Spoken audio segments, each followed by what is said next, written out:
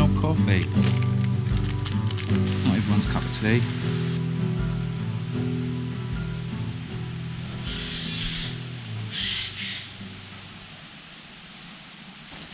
Hello and welcome.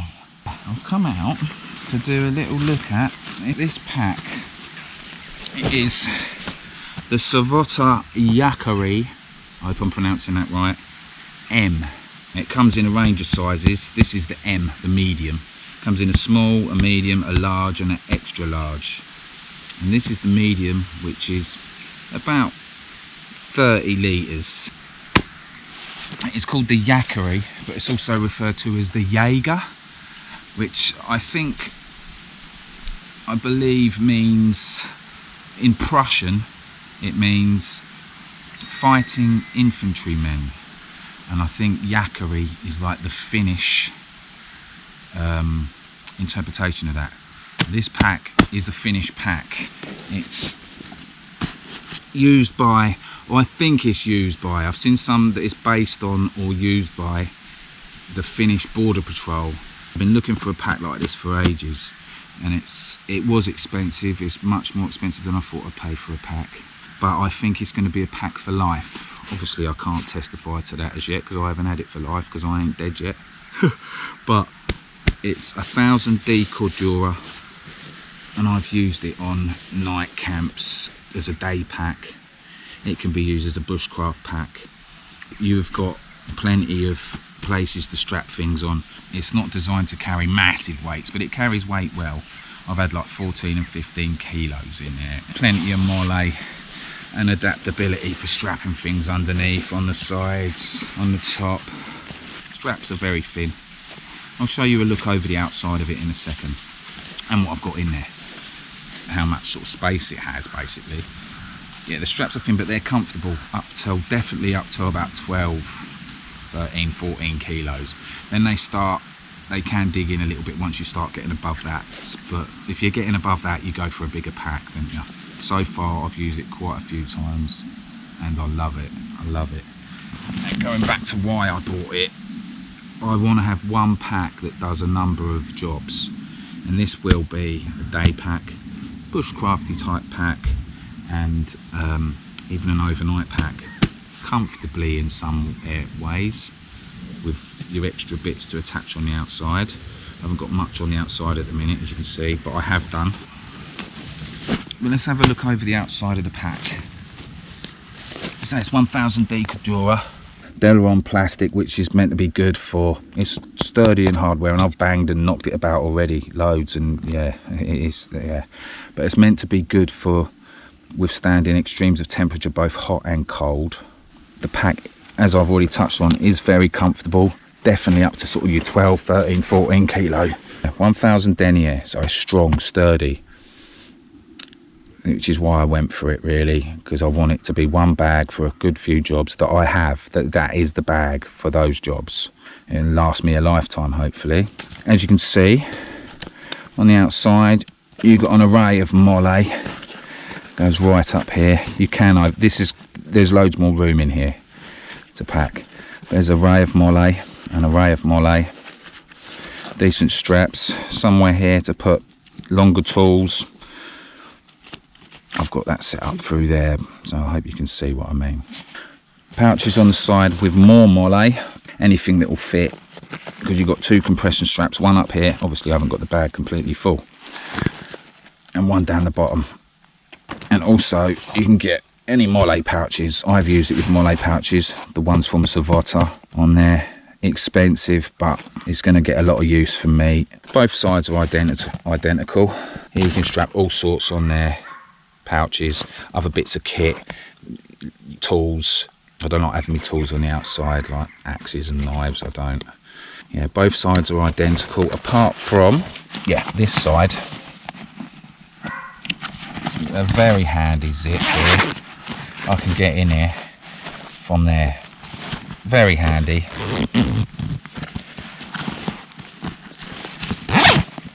Sturdy zips, like a rain flap. I'm not sure on the waterproof properties of this pack. I'm pretty sure it's water resistant. I definitely think it would be alright for like a short, sharp shower. or for quite a while in persistent drizzly rain. I'm not sure about consistent, persistent rain all day long. I'm not sure because I haven't tested that, but it claims it's very good water repellency. But I would probably just stick my poncho over me.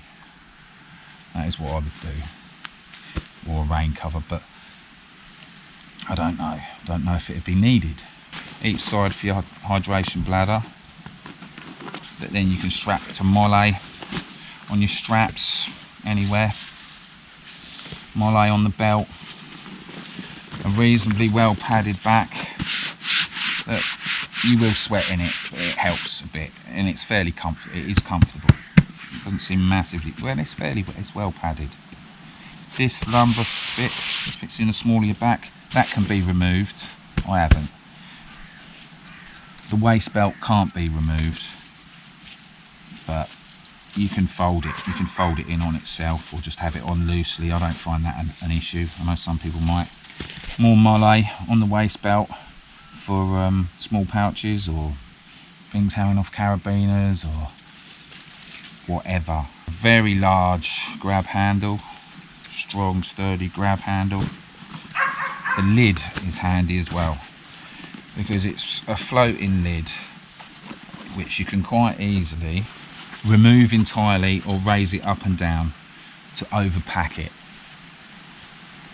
Yeah, it's a handy feature. Or not even to overpack. I've had a bedroll under the top. Oh, my head. I've had a bedroll under the top there and then strap. These are ample straps for using and putting the bedrolls underneath as well. I'll show you that in a second. So that's handy. You can remove it entirely or raise it or lower it accordingly. Yeah, the straps, I've got them all tucked away under there, but they're fairly long. I did have to just use some other straps on the bottom there to put a bedroll on once when I had this overstuffed, which then made these not quite long enough when it was really packed. So I had to add some straps. But generally, unless you've got it rammed to the gunnels, you'll get a bedroll on there with what's already on it, or on the side even. They're amply long enough. Little strap tidies. At the top of the pack, you've got your old rain flap.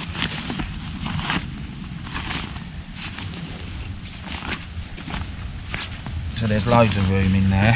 I was just looking on the inside of the lid. There is a pocket here where I would normally keep electricals. I've got a few tools and a bit of cordage in there in a minute. It's not a massive, but it comes down to about here. I'll show you what I've got in there. It's big enough. I'd normally have my electricals in there unless I was carrying them on me person. Yeah, pegs, more line, knife, Laplander, no, yeah, backhoe Laplander. And it's got this material on the inside, and it's also got that material on the inside here, which is the water repellency. I haven't tested it out how. I've been out in showers and it's been fine. And inside here, I have got my catty, quite a large bag of food and tea. So I need to sort that out. Look at the size of it. Yeah, 750ml pot with a transier in that inside. OEX Bush Pro bivvy.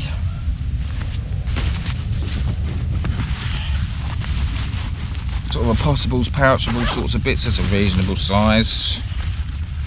Tape, toothbrush, Nordic summer, space blanket, lighters, Vaseline, wipes, little sharpening stone, and a few other little bits and bobs. 3x3 DD tarp. That's like a little pouch that's got like fat wood. That's like, I've got all my fire and water sort of stuff in there. Stuff for making fire and purifying water. And in the bottom, I've got a Helicon-Tex Swagman roll. It's sort of an emergency overnight bag as well, almost, pretty much. Windshield, Bush Box LF. And as you saw, there was more room for more in there without messing about too much, without raising the lid or nothing. There's room for quite a bit more. Obviously I've got my shemag, my water bottle and my Helicon-Tex poncho. There was room for more in there without having to raise the bag or add anything on the outside. So you know, in mild weather I could have an overnight one. It's the only thing I haven't really got that I might need is a mat, a sleep mat, which I would either use an inflatable or I'd have it rolled up on the back or under the lid. But so far this pack is outstanding, very comfortable with this weight in there, exceptionally. I've had quite a lot more in there and on it, and it is comfortable up until, yeah, we're all different, aren't we? Up until that, oh, a magic carpet as well. Up until that sort of 14 kilos is comfortable. Once you get to 15, 16, although I had it 16 kilos and I thought, oh, I don't know, it's going to get uncomfortable the longer I had it, and it didn't, amazingly, with about 16 in there, and it was okay. Like I say, we're all different and we all have different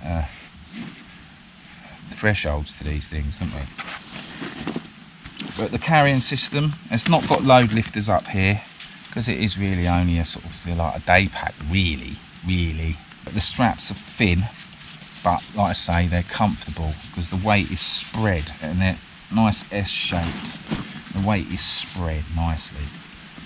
You got your chest strap, which can be altered to suit you. Put it wherever you want, and it's nice and easy to tighten these up to cinch your shoulder straps down. Each one has got like a thing like you get your thumb in there, give it some of that. Same with the waist one, it's got a little thumb bit there. You just get it round your waist, pull it in, cinch it up to where it's comfortable. Again, the waist one is quite thin. It is quite thin, but there's no problem up until the weights I've already sort of said, really. Not to me. So overall, an absolutely cracking pack. And it does have a frame. I haven't even took the frame out. And it has inside, it's got an area for your hydration bladder and an area to sort of, you know, hook it up so it doesn't keep slipping down. That's the inside of the pack. It is capacious. Then the frame, you can get an aluminium frame to come with this. I haven't thought it necessary, apart from when I did have it overloaded, it might have been handy. There's a Velcro bit just behind where the hydration bladder is. I've never opened it, not even looked at it. And the frame is this, just to give it a little bit of structure.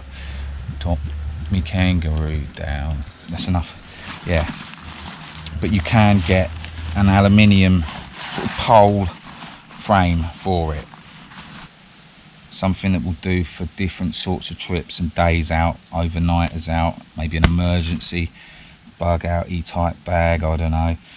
But then you don't want it sat there doing nothing, you want to use it. And I was looking at one of these for a long time, a sort of 30 litre size pack with capability to put things on the outside that's going to be strong and it's going to last, and it's going to sort of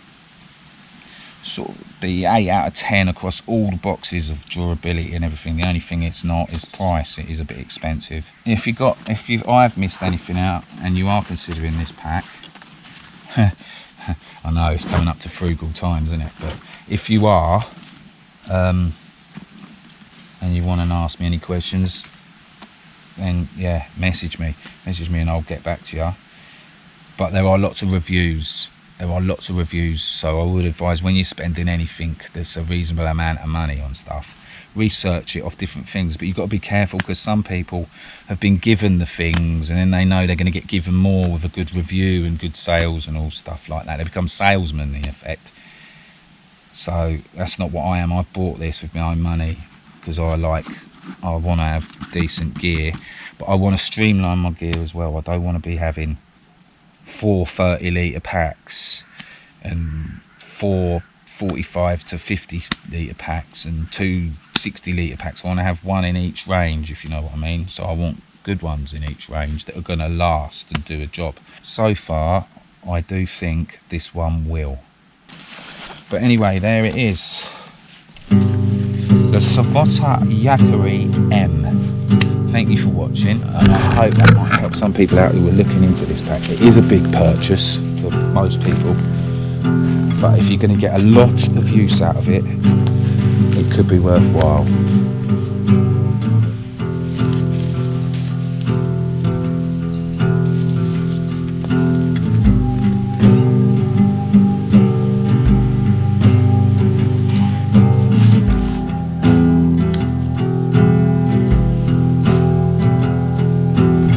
one thing I did forget to mention, well, it's fairly obvious, is that it's the profile of it is narrow and slim, ideal for going through woodland and brush. Cracking pack.